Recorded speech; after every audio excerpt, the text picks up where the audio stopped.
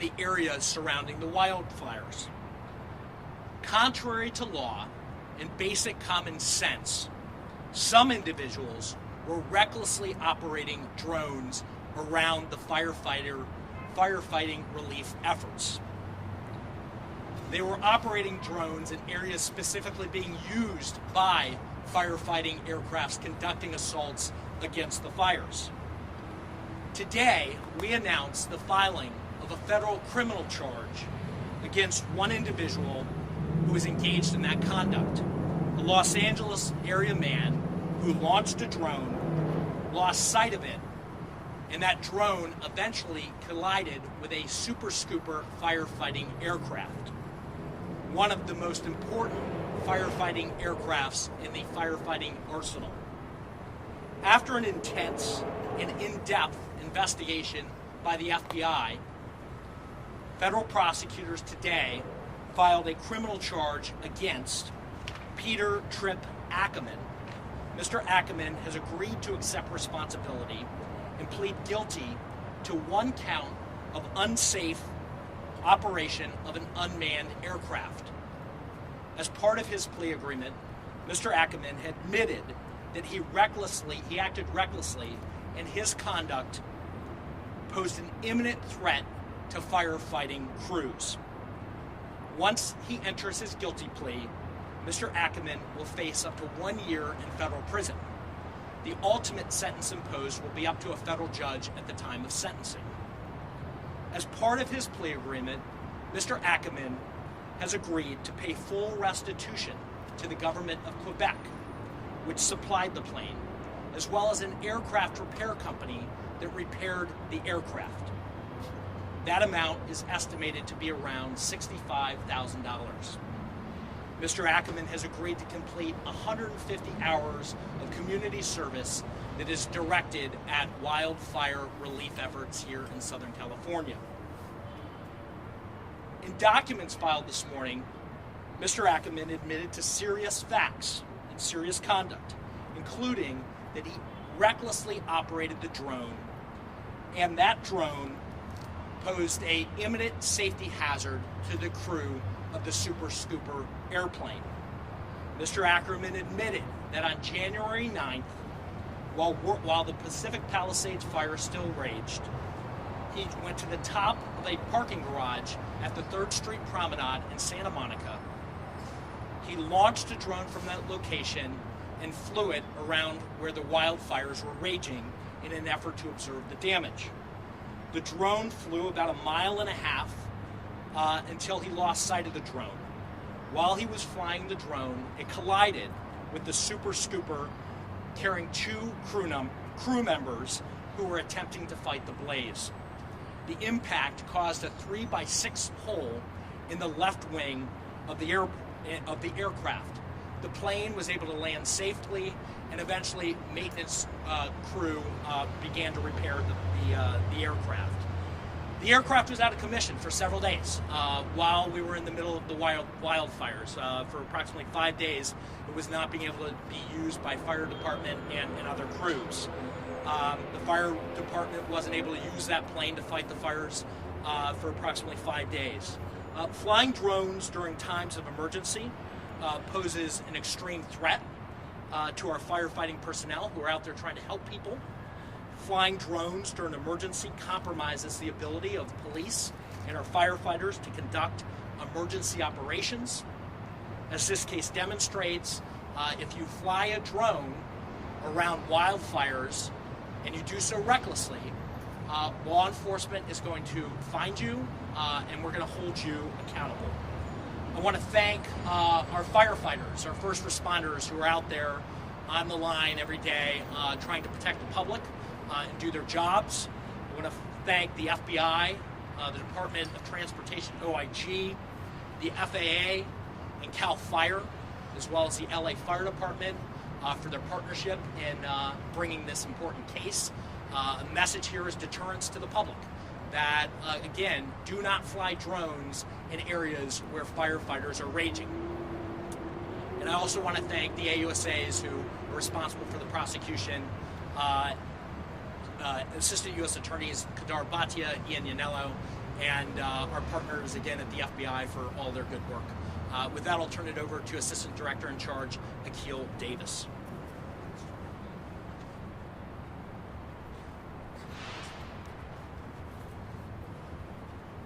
Good morning. My name's Akil Davis. I'm the Assistant Director in Charge of the FBI's Los Angeles Field Office. We're here today to talk about a defendant taking responsibility for flying a drone that collided with a firefighting aircraft. While that could have resulted in catastrophe, the plane landed safely. Regardless of the intentions of the pilot, our investigators have drilled down on this case for approximately 2 weeks. I'd like to really thank our teams at LAX, along with their partners at LAFD and CAL FIRE, who worked on this investigation in order to bring the subject to justice. They used every investigative avenue and worked with the public and private sector to get to the bottom of this case. And again, I am very proud of their hard work. There's no evidence at this time that the defendant intentionally caused this collision. However, flying drones in a restricted area could cause a catastrophe.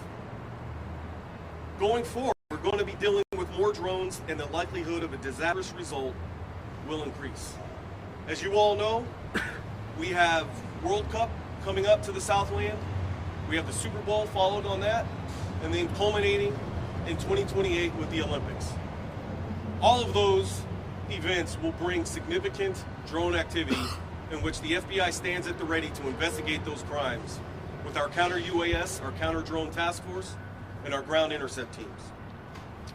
The FAA has very strict guidelines about registering drones and where drones can be flown. The onus is on the pilot. If firefighters are putting out a fire with aircraft, that should be a clue. As CAL FIRE has said, if you fly, we can't. Meaning they cannot use their most sophisticated technique to attack these wildfires. Lack of common sense and ignorance of your duty as a drone pilot will not shield you from criminal penalties. Please respect the law, respect the FAA restrictions, and respect our firefighters. Thank you, and I'll turn it back over to United States Attorney Joe McNally. We'll take a couple of questions. Yes, sir?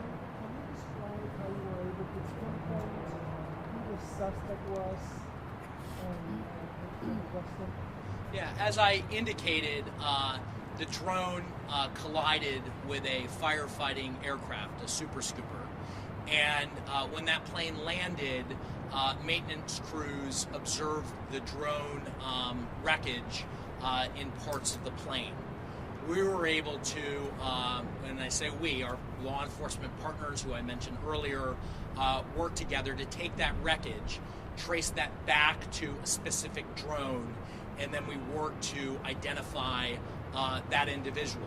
It required a substantial amount of effort, search warrants, other things that we do typically in cases.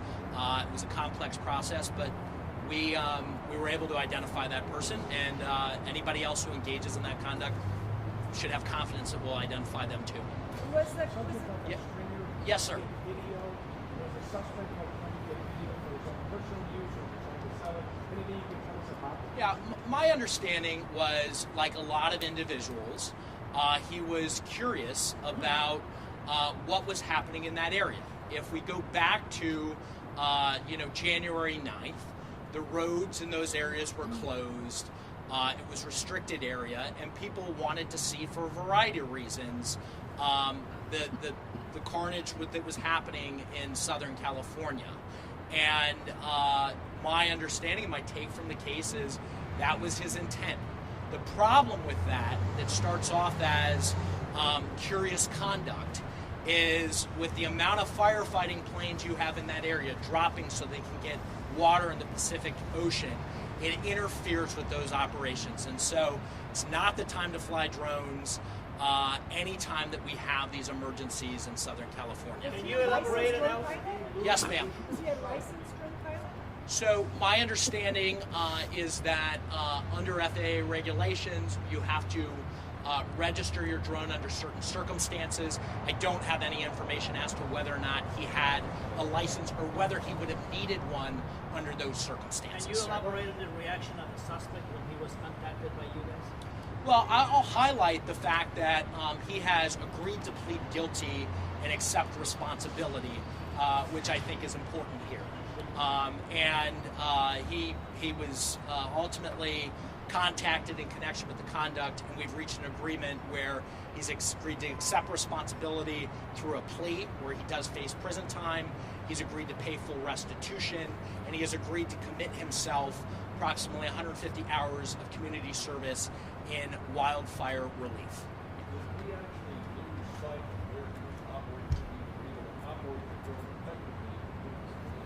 Yes, as I indicated before, he launched it from the 3rd Street Promenade, and then it was about 1.5 miles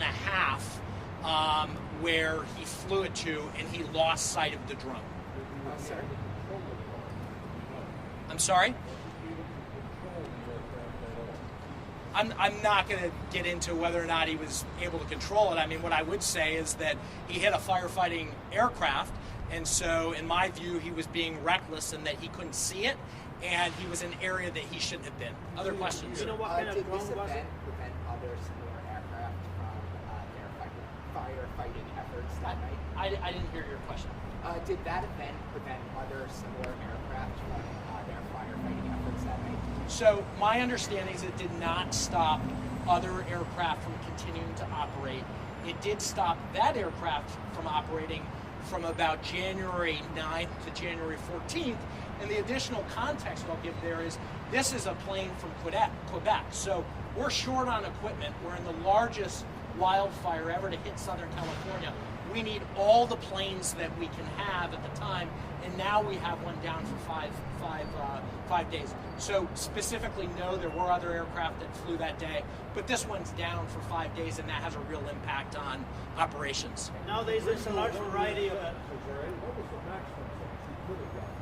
So we have brought the most serious provable offense that we have evidence of right now, and that is an offense where I referenced earlier, unsafe, a reckless operation of an unmanned aircraft that carries a term of up to 1 year imprisonment. That's a charge that's supported by the facts. Nowadays, there's a large variety of drones available to the public. Do we know what kind of drone it was? I'll refer you to the plea documents if that information's in there. It was obviously a drone that was capable of flying that type of distance, and obviously had a camera to cover Okay, that. so hold on, 2 more. Frank? Can you tell us a little more about the defendant? How old is he? What's his occupation? We can get you. I want to limit our comments to the public record. Tom can get you, I think, any additional details we can provide on that. I'll say that he was a professional in Southern California. By all accounts, went out there because he was curious. He has no criminal history, and Tom can get you any other details on Pick that. one more. Can you repeat that? One other question from somebody who hasn't asked one? Yes. What is did you work at all with the government of Quebec in looking into this? What is their take on the way this is being resolved? And then can you talk about big picture? You touched on these are people who are coming in to help us and assuring them that their pilots will be safe, their equipment will be safe, and that Americans will act the way they should act in these situations. Yeah, so I would say a couple of things. First of all, thank you to all the partners out there who came to the aid of Southern California. Second, we responded by protecting planes and our firefighting personnel, and when I say we, really the leadership of the FBI, FAA, DOT, by deploying counter-drone surveillance teams that were out there detecting drones and making contact with any individual flying in the zone. And so we've been proactive about taking measures to stop that conduct. And then I think the third level of that is, again, the message here is deterrence. If you do this, we are going to track you down and you are going to be prosecuted. And so government agencies that give assets should have confidence that we are going to support them and make sure their people are safe by being proactive with counter surveillance and also prosecuting people who engage in this conduct. And so I think by those two steps, I can say with confidence that our firefighter personnel are safer. Thank you very much. Thank you. The news release has been issued. The documents, the charging document, and the plea agreement were attached. If you didn't get it, come see me. And again, we expect the defendant to make his first appearance in Roybal, 2 blocks east of here, hopefully at 1 o'clock. But, you know, it's court. We'll see how that goes. Thank you. Thank you.